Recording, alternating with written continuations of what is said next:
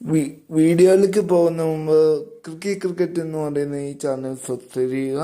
നേരെ നമുക്ക് വീഡിയോയിലേക്ക് പോകാം.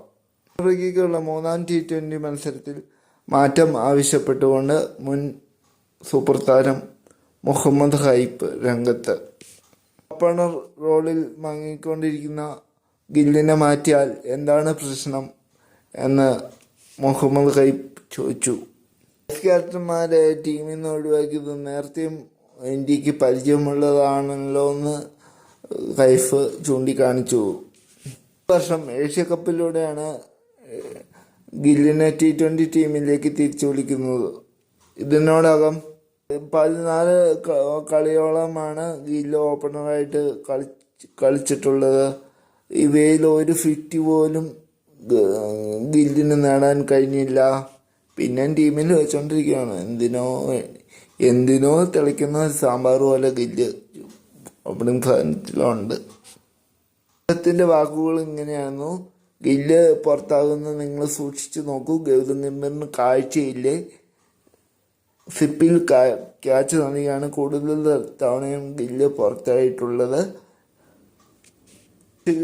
ശർമ്മയെ പോലെ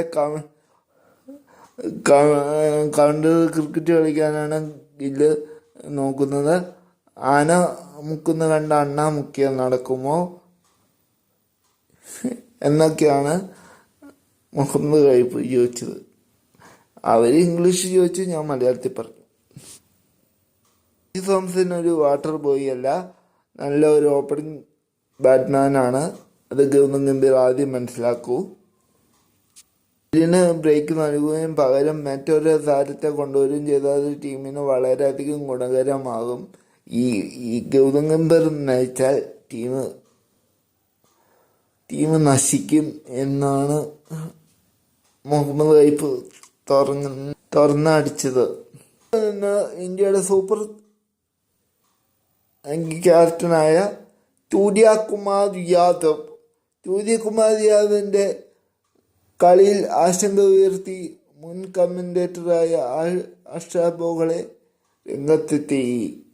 2024 ലോകകപ്പിന് ശേഷം T20 ലോകകപ്പിന് ശേഷം 26 ഇന്നിങ്സിന് 13.72 ശരാശരി 230 റൺ മാത്രമാണ് സൂര്യ എടുത്തിട്ടുള്ളൂ എന്ന് ചൂണ്ടിക്കാണിച്ചു. സ്ട്രൈക്ക് റേറ്റിൽ 500-600 റൺസാണ് സൂര്യ എടുത്തിട്ടുള്ളൂ. 2 അർദ്ധ സെഞ്ചുറിയും ഉൾപ്പെടും. കഴിഞ്ഞ മത്സരത്തിൽ 2 കളിയിലും സൂര്യകുമാർ നേരം മങ്ങി. നിങ്ങളൊരു ക്യാപ്റ്റനാണ്, എന്നാൽ ഒരു കാര്യം മനസ്സിലാക്കുക: ഈ ടോസ് മോളോട്ട് എറിഞ്ഞ് മൈക്ക് സംസാരിക്കുന്നത് മാത്രമല്ല ഒരു ക്യാപ്റ്റൻ്റെ ജോലി. അത് ബാറ്റും ചെയ്ത് ടീമിനെ മുന്നിൽ നയിക്കുന്നതാണ് യഥാർത്ഥ ക്യാപ്റ്റൻ എന്നും